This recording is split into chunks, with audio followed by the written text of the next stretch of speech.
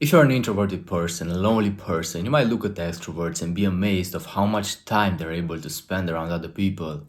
They seem to have their groups of friends and they always go and travel together and go to events together and they just never get tired. Their social batteries are never draining. But yours would. You imagine yourself in that situation and you're like, that's impossible for me. I would never be able to do that. Are you sure about that? Because look, these people that seem to spend so much time around others, that seem to have their own vast groups of people, they probably have a pretty good dynamic. That's why the group is still together. And they hang out consistently. Well, what's the difference between spending time with your family and them spending time with that group, which basically becomes their second family?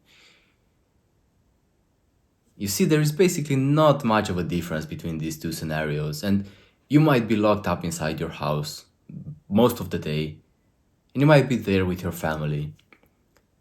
And now, of course, you might just be locked up in your room and consume content on screens or work all day long, but chances are you might even have chances to interact with them and for multiple hours a day. Why doesn't that count as socializing? This is an interesting conclusion I've come to recently. That previously, years ago, I didn't really consider family socializing as normal socializing, if you know what I mean. Like, for example, even if our extended family came over, I was just like, well, yeah, they're here, but it's not really socializing. Well, how is it not socializing? It's socializing at its peak, at its best. It's interesting because I had the limiting belief that socializing meant feeling uncomfortable.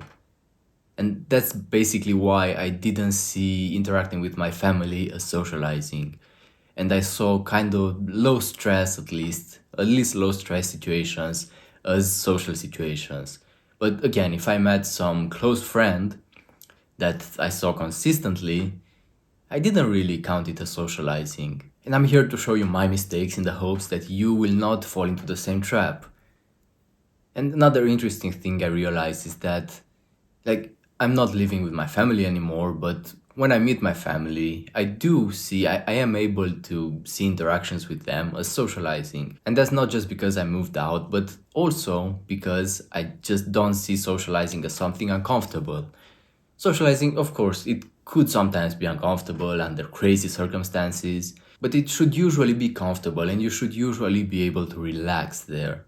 Now, I never tackled this specifically, like I started working on myself and understanding my inner world better and trying to be more authentic and improve my social performance, but I never specifically tackled this. I wasn't even aware that I was having this limiting belief. I just realized it recently.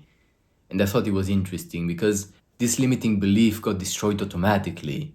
I didn't do anything specifically. And this is just proof that when you work on yourself, when you work on your authenticity and on embracing who you really are, a lot of your limiting beliefs get destroyed automatically. Because you could also approach them one by one by one by one, but then there are lots and lots and lots of them, and it will take you a long time, maybe more than a lifetime. But when you work on yourself, all of them or most of them will get cured automatically.